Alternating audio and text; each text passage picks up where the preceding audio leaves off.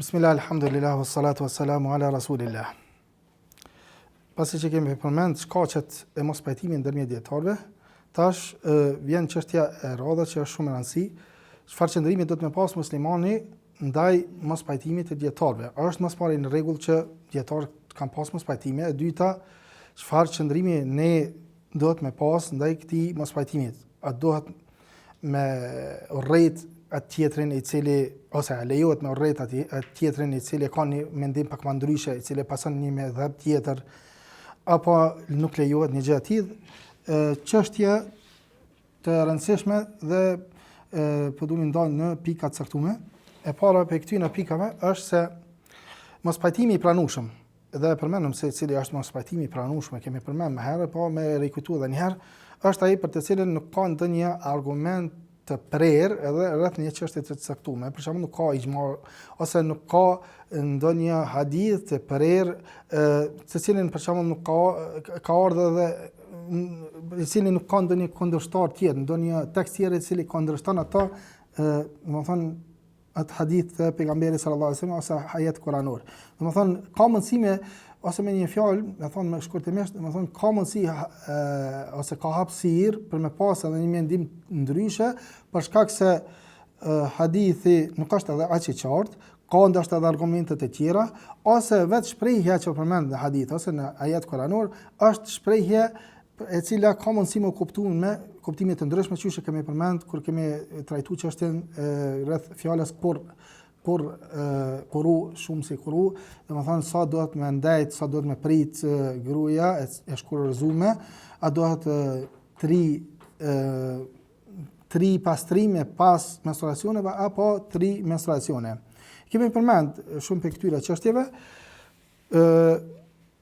Çështja e parë është pra se mos pajtimi i pranueshëm nuk është i qortueshëm, nuk është i qortuar në fe.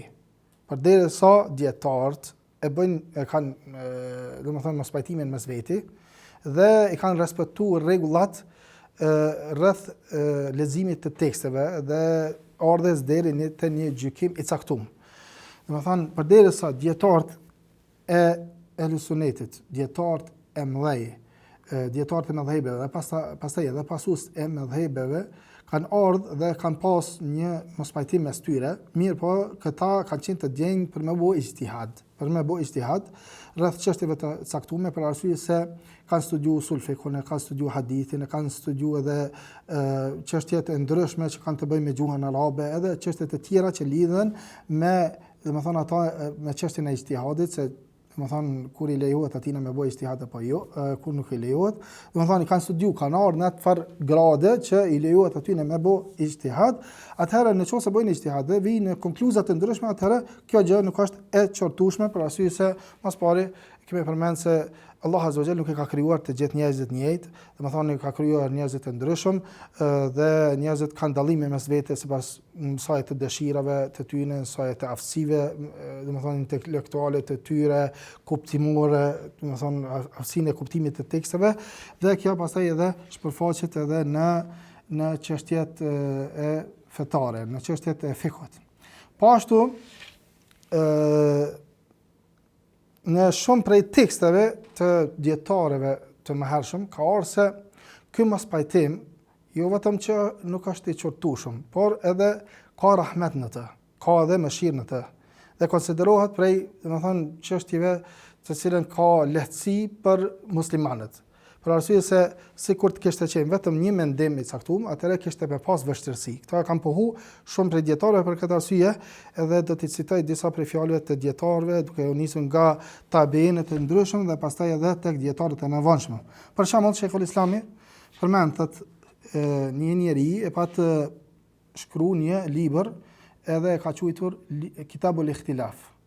Kitabul Ikhtilaf, libri i mospajtimit, pra ndërmjet dietarëve, ka për shumë dietarë që kanë shkruar libra të tillë, për shembull Tahawi ka një libër, Ibn Jarir at-Tabari ka një libër të tillë, Muhammad ibn Nasr al-Marwazi ka libra të tillë, ku përmend pastaj edhe dietarë të tjerë, ku përmend në ato libra ku përmenden, domethënë mendime të ndryshme të dietarëve dhe rreth çështjeve të caktuara të fikut.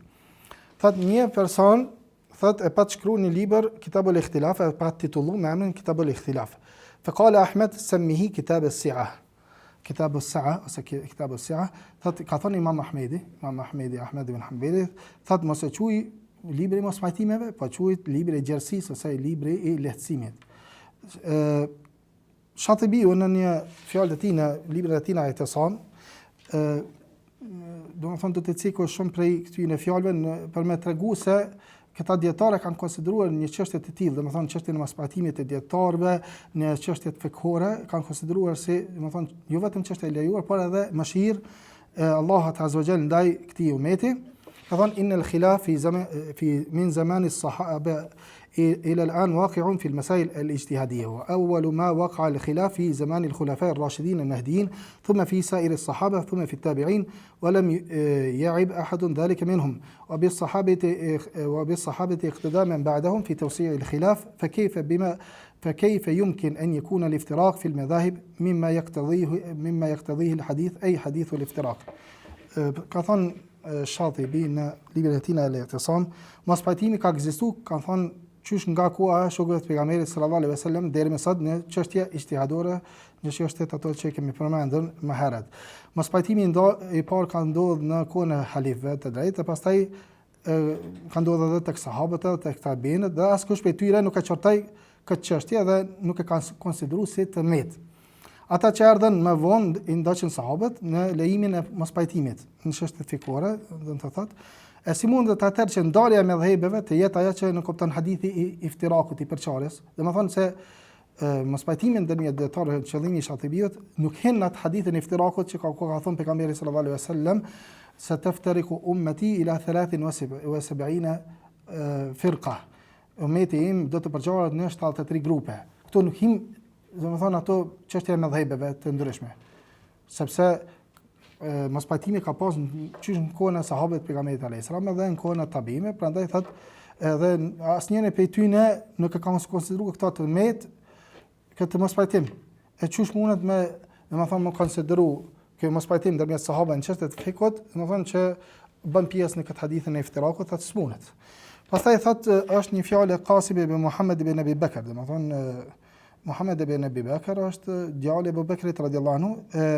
Qasim ibn Muhammad është një prej atyre 7 fuqahave të Medinës. Thotë kana ikhtilafu ashabi Rasulillahi sallallahu alaihi wasallam rahmatan linnas. Ka thënë mospajtimi i shokëve të pejgamberit sallallahu alaihi wasallam ka qenë mëshirë për njerëzit. Pastaj Talha ibn Musarrif, një prej tabiinëve, kana idha dhukira indahu al-ikhtilaf qala la taqulu al-ikhtilaf walakin qulu as-si'a. Një i gati si e fjala Imam Ahmedit, kur përmendej mospajtimin ndërmjet dietarëve tek Talha ibn Musarrif prej tabiinëve, thoshte mos thoni mospajtim, por thoni gjerësi. Domethënë gjerësi mendime, gjerësi intelektuale ose domethënë lehtësim.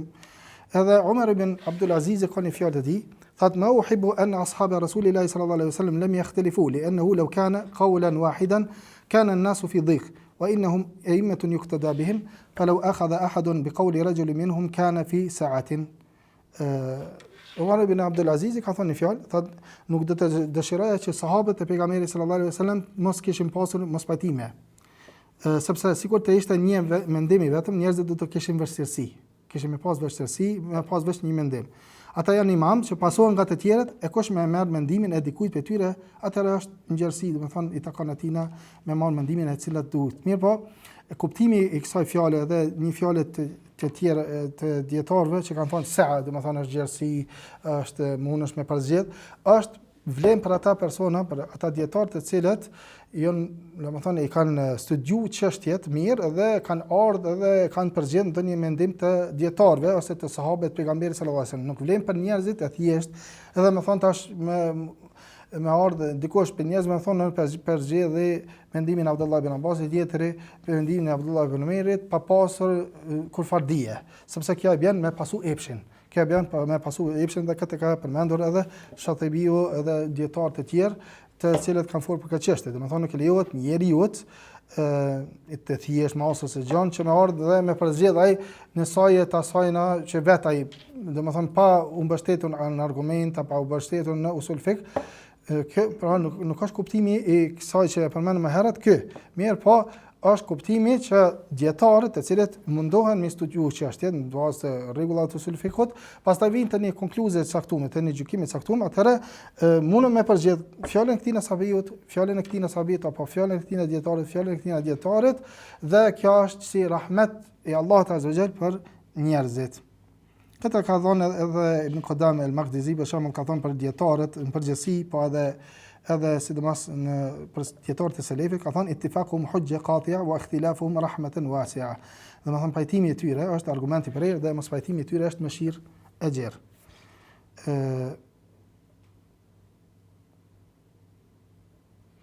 Çështja e dytë është se edhe pse mos pajtimi ndërmjet dietarëve është i lejuar, nuk është i qortum, është mëshirë e Allahut azza wa jall ndaj njerëzve. Nuk do të më qenë ky mos pajtim sebeb që njerëzit me pas almesi për çarje, grupacione, fanatizëm. Sepse kjo është ndaluar mësoni.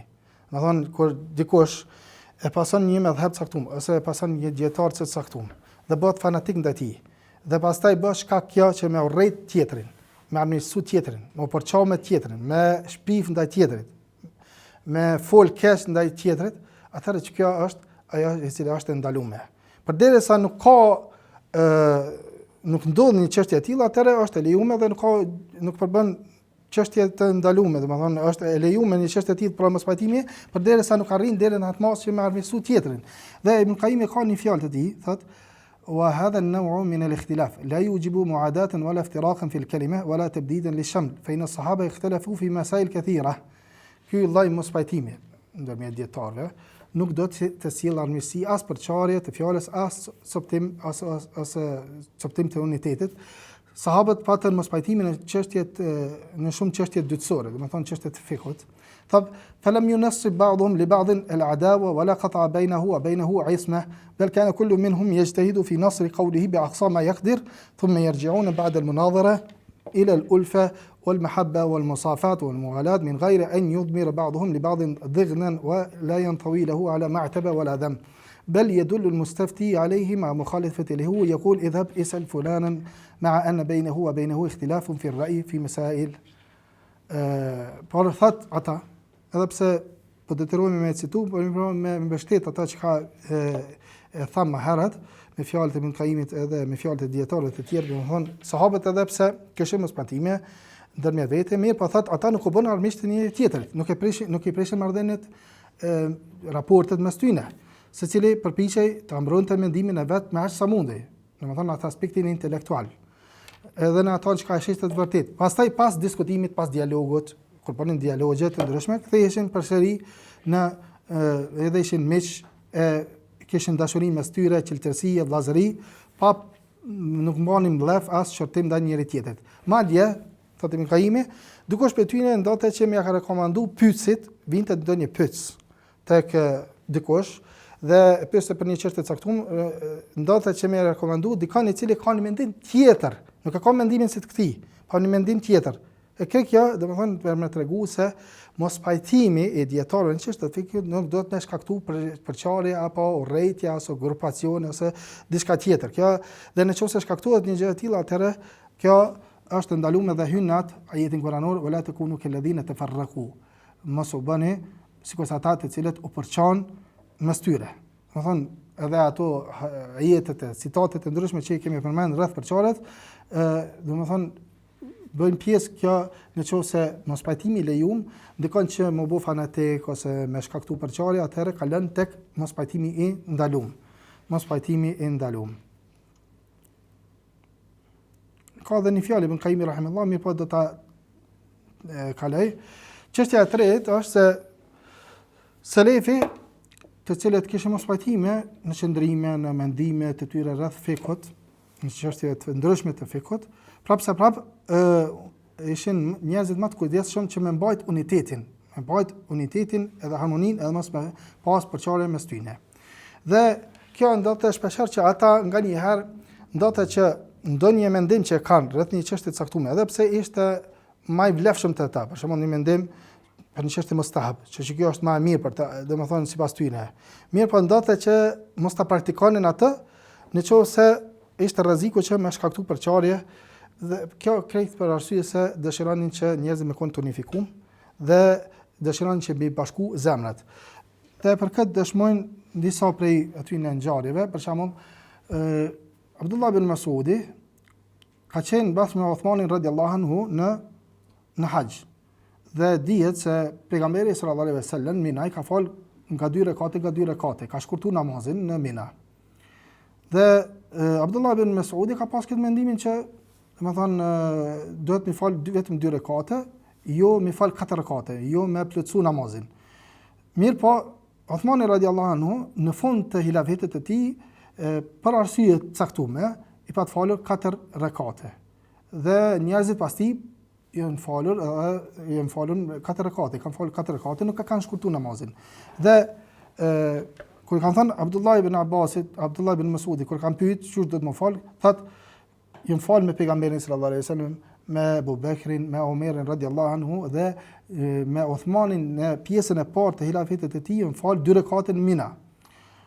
Pastaj thotë po ti e falë pas ti 4 rekate. Po ka thënë për arsye se el khilafu sharr. Domethënë me kundërshtu prisin e besimtarëve, domethënë është sharr. Është sharr në këtë çështje. Domethënë kalon atë mendimin e tij për mos me shkaktu përçarje. Domethënë për arsye se mos pajtimi i cili çon përçarje dhe shkakton konflikt është më i keq. Dhe është një fjalë, disa fjalë të Sheikhul Islamit do të citoj, të cilat tregojnë për një çështje të tillë. Thotë Sheikhul Islami wa yasughu an yatruka al-insan al-afdal li ta'lif al-qulub wa ijtima' al-kalima. Lejohet për njeriu që të heqë dorë nga ajo që është më vlefshme tek ai. Pra ka një mendim për një çështje të caktuar për namazin ose për diçka tjetër dhe thotë më lëna i lejohet për të me lënë një çështje të tillë në mënyrë që me fitu zemrat edhe me bashku njerëzit. Dhe tregon për selefin, për dietarët e selefit, Sheikhul Islami thotë kanu yatanadharuna fi al-masail al-ilmiyya wal-amaliyya ma baqa'i al-ulfa wal-isma wa ukhuwat ad-din. ولو كان كلما اختلف مسلمان في شيء تهاجر ولم يبقى بين المسلمين عصمة ولا أخوة. Vazhdon fjalatina, domethënë ata diskutonin në çështje shkencore, në çështje, domethënë çështje të ndryshme shkencore, pa ashtu edhe veprore, por mesia ndër dhe vllazëria fesë mbeteshin të pasenuara. Dhe treguat një nga Imam Ahmedi se Imam Ahmedi kur hyn në një xhami ka ardhur në hadith pejgamberit sallallahu alaihi wasallam se ka thënë pejgamberi sallallahu alaihi wasallam sallu qabla al-maghrib qala fi thalithati liman sha. Faluni para namazit të akşamit. Në fund në herën e tretë ka thënë për atë që don. Që do të thotë se nëse është një kohë e lirë në mes të ezanit të akşamit dhe ikametit, lejohet që njeriu me fal namaz nafile.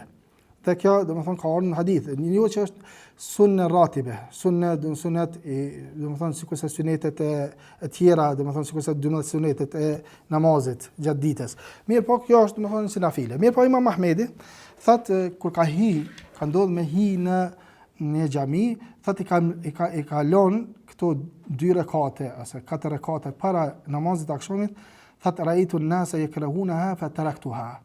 Thotë kom pasur njerëzit e urrejshin veprimin e tyne, faljen e tyne, prandaj i lash, nuk i fala. Domethënë ka hyj aty dhe ka pasur njerëzit, domethënë se mësuar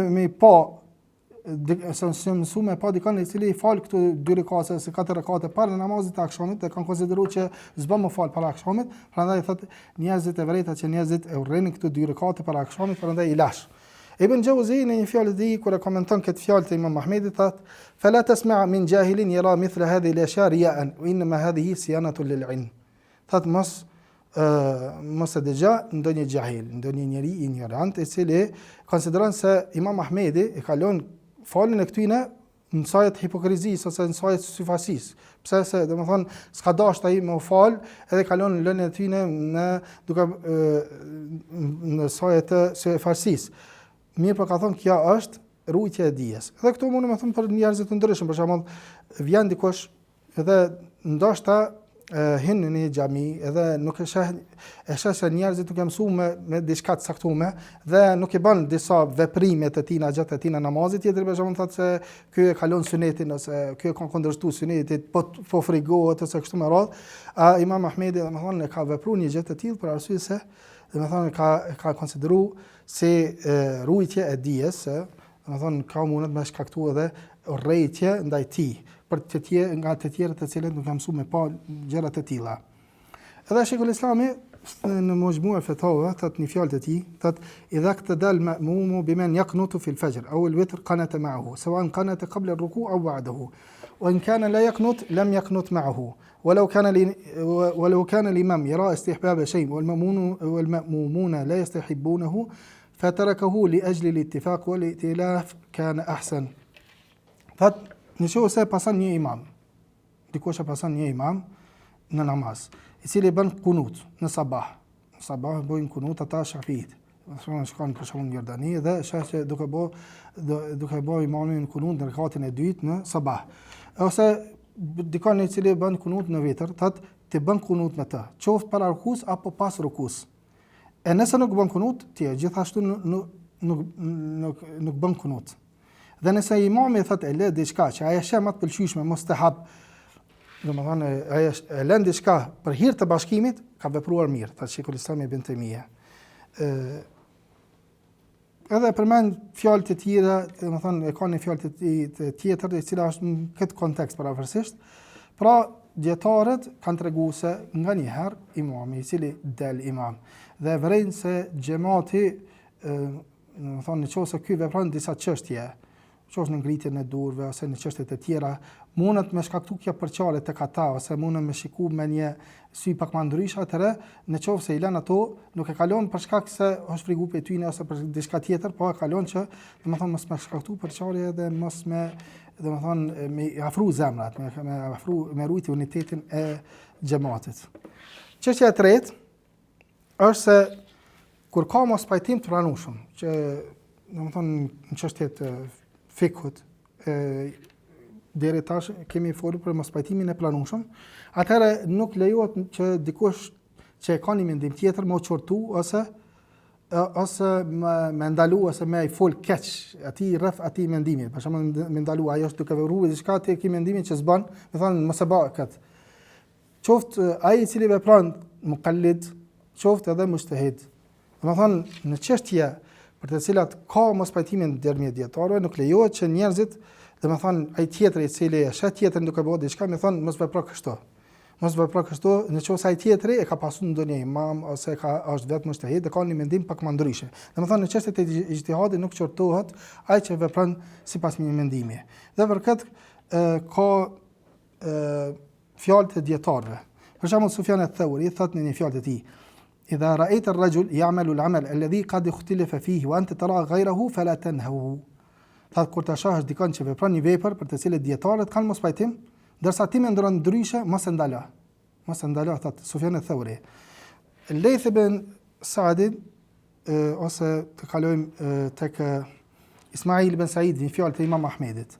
Domethënë për mos me zgjat shumë, domethënë Ismail ibn Sa'id thot e kompjuter Imam Ahmedin.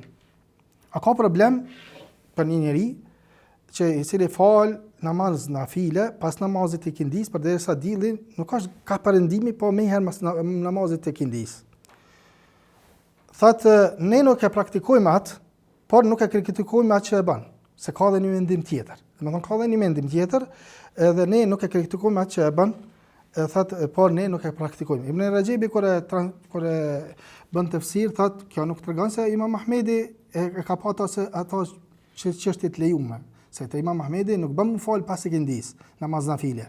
Mirë po, ai nuk e ka shurtu, thot atë që e ka bë, një çështje të tillë nëse u mbështet në ijtihad, nëse u mbështet në ijtihad ose u mbështet në pasimin e ndonjë imamit caktuar rreth çështjes së caktuar. Dhe kjo është, domethënë, kjo është çështje ku ijtihadi thotë është i pranueshëm. Sheikhul Islam ibn Taymija thot masailul ijtihad من عمل فيها بقول بعض العلماء لم ينكر عليه ولم يهجر. Ibn Taymija thot në çështje të ijtihadit, ai që punon sipas mendimit të një dietari nuk qortohet as nuk bojkotohet. Edhe Ibn Qudama al-Maqdisi thot në një fjalë të tij: la yanbaghi li ahad an yunkira ala ghayrihi al-amal bi madhhabihi fa innahu la inkara ala al-mujtahadat. Nuk i takon askujt ta qortoj tjetrin për punën sipas nëse kanë vepruar sipas një madhhabi të caktuar, thot sepse në çështjet e ijtihadore nuk ka qortim.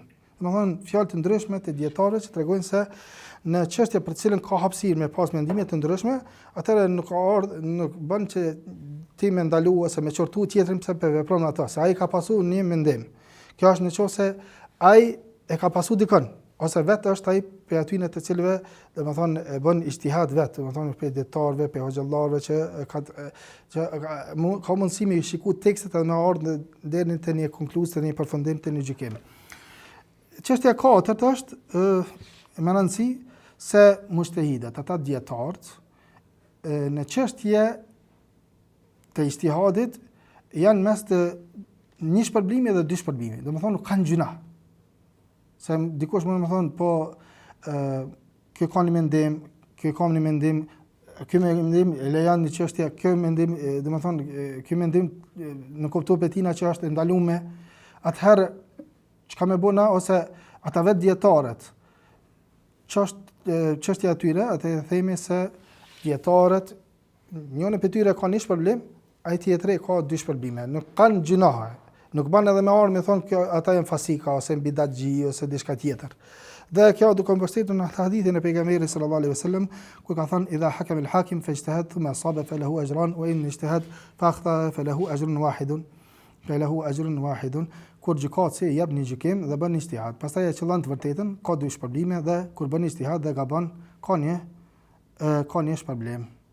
Domethënë edhe e fundit kur themi se për një çështje ose për çështje të caktuar të fikut, lejohet ijtihadi, lejohet me pas mendime të ndryshme, duke bazuar në argumente, jo duke bazuar në epsh ose duke bazuar në diçka tjetër. Mirë po në argumente, dhe kjo është për ata të cilët kanë studiuar meselet, që është dietar, domethënë të cilët studiojnë meselet usul fikut, meselet e hadithit e gjuhës arabe, dinë gjuhën arabe dhe për këtë arsye kanë ardhur tek një mospajtim rreth një çështje të caktuar. S'do të thonë që këtu mospajtime që gjitha këtu mendime me kanë, domethënë të sakta. Vetëm një mendim është i saktë. Mirë po Allah azza wa jalla ka leju se domethënë dietarëve me bëj ijtihad. Mirë po, edhe pse bëjnë ijtihad, prapë një mendim është ai i cili është i saktë, ndërsa tjetri është gabim. Po Allah azza wa jalla ka leju dietarët me bëj ijtihad dhe me ardhur te një konkluzë të caktuar. Kjo është për ato çështje për të cilat ka mospajtime ndërmjet dietarëve se haku është një. Haku është një, e saktë është një. Mirë po, ajo tjetra është, mund të thonë gabim ose jo e saktë, po jo, Allah azza wa jalla ka leju që të bëjnë dietarët ijtihad. Dhe kjo, për shembull, kur themi për shembull prekja organit gjenitale, a prish abdesin apo jo. Njëra prej tyre është e saktë, s'mundesh me thonë të dyja janë të sakta. S'mundesh me thonë të dyja janë të sakta, ose ka me prish ose s'ka me prish. Njëra prej tyre te Allah azza wa jalla është e saktë. Mirë po, ai i cili ka qelluar të saktë të bën dy shpërblime, ai i cili nuk ka qelluar merr një shpërblim, siç e përmendëm në hadithin e pejgamberit sallallahu alaihi wasallam. Dhe po du me përmbyll me një fjalë të Ibn Qasim, i cili ka qenë nxënës i Imam Malikut. Thotë semi'tu Malikan wal Layth ibn Sa'd yaqulani fi ikhtilafi ashabi Rasulillahi sallallahu alaihi wasallam inma huwa khata'un wa sawab. Thotë e kam dëgjuar Imam Malikun edhe Layth ibn Sa'd, dy dietar të mëdhenj, dy mushtehida të mëdhenj, thotë të cilët kanë thënë rreth mos pajtimeve të sahabeve, janë çështje që janë ose të sakta ose të gabume, ose të pasakta. Domethënë për me argumentuar se çështjet, edhe pse ka mospajtime ndërmjet dietar, lejohet mospajtimi duke u bazuar në, domethënë, ato rregullat e usul fikut, rregullat e mospajtimeve. Mirë po prapë haku ose e sakta është një, ndërsa tjetra është e pasakt, po Allah azza wa jalla ka lejuar një gjë të tillë për mushtahidat e jo për njerëzit e thjesht, sepse njerëzit e thjesht nuk mund të marrë dikush edhe me thonë për njerëzve për masës së gjën, masi që ka hapësirë me pas mendime të ndryshme dhe dietarë kanë debatuar rreth çështjeve të caktuara, atëherë na lejohet edhe neve me ardh me diçka që nuk e kanë thonë ato gjeneratat e mëhershme. Për shembull, me ardh tash dikush edhe me thonë se më e përshtatshme për neve është me fal xhuman ditën e diel, se gjithë njerëzit kanë pushim. Atëherë pse me fal xhuman ditën e xumah? Me fal ditën e diell, domethënë namazin e xumahs ditën e diell, se kjo është më përshtatshme për njerëz. Kthehemi këtu Domethënë është kundërshtimi krejt aty në dietarëve e teksteve, nuk bën me çtu me pas ijtihad, nuk bën me pas mendime tjera. Domethënë se tekstet e Kuranit, të hadithit, e ixhmae, krejt dietarët nuk e kanë këtë mendim dhe nuk lejohet ky mendim me pas dikush tjetër. Ose për shembull nëse dikush tjetër, për shembull në çështjet e haxhit, thotë se haxhi për shembull ka kallabllak aq shumë, atëherë se bëjmë 3 herë në vit haxhin, që me shkakru pej domethënë kallabllakut të njerëzve. Një herë me pas në fillim të vitit, një herë në mes të vitit, edhe një herë në fund të vitit. Për shembull, më ardhi dikush me dhon këtë ijtihad, me thonë me dhon këtë mendim. Themi se nuk është e lejuar, se kjo është me konsenzus dietarëve, me hadithe, me ajete, domethënë nuk lejohet se kërkush nuk ka thonë, domethënë që lejohet një gjë e tillë me ardhe dhe me shpik diçka një mendim tjetër, me dal me një krejt interpretim tjetër. Ose dikush për shembull aty ku gjuhen gurë, me thonë se janë aty 3 gjenerate ku vën gjujtjet gurëve, me thonë po bëhen kallabllak, atëherë ti bojnë janë 10 vende që njerëzit shkojnë edhe të gjujnë gurët. Kjo është e ndaluar. Domethënë disa për njerëzve i keq kuptojnë ata që lejohet mos pajtimi dhe mos pajtimi mund të thonë mëshirë, mund të thonë rahmet nga ana e Allahut azza xal, mirë po për ato të cilat ka hapësirë mendimi, ndërsa për ato të cilat nuk ka hapësirë mendimi dhe të cilat i kundërshtojnë qartazi tekstet ose kundërshtojnë ixhmain, nuk lejohet aty me ardh dikush edhe me ardh me një mendim tjetër, edhe me thonë për shembull një mendim tjetër, me ardh me thonë se i lejohet gruas për shembull me martu vetveten e saj pa wali, pa kujdestar dhe pa dëshmitar. Edhe pa dëshmitar, pa kujdestar, pa kurrë, me thonë se unë e po pranoj edhe tash më konsideroj që ajo është domethënë gruaja e filanit. Kto se ka thonë kërkush pe dietarëve. Se ka thonë dy dietarëve kërkush që domethënë edhe është në kundërshtim me krejt, domethënë edhe me konsenzusin, domethënë me martu vetveten e saj, pa kujdestar dhe pa dëshmitar, se ka thonë këta kërkush. Prandaj është ndaluar me një gjë e tillë. Edhe gjëra tjera të tilla që ka ijtihade të ndryshme sot në kohën bashkëkohore, kur disa mundohen që me ja përshtat domethënë tekstet e shariatit ose vendimet shariatike ose gjykimet, normat e ndryshme me ja përshtat kulturës dominante ose tekave të njerëzve të ndryshëm. Atëherë kjo është themi se është ndaluar. Kjo pra ijtihadi vetëm për dietarët dhe nuk bën me dalë jashtë aty në fjalëve të dietarëve, mendimet e dietarëve të mëhershëm, me edhe me shpik diçka që s'ka thonë kërkush hiç.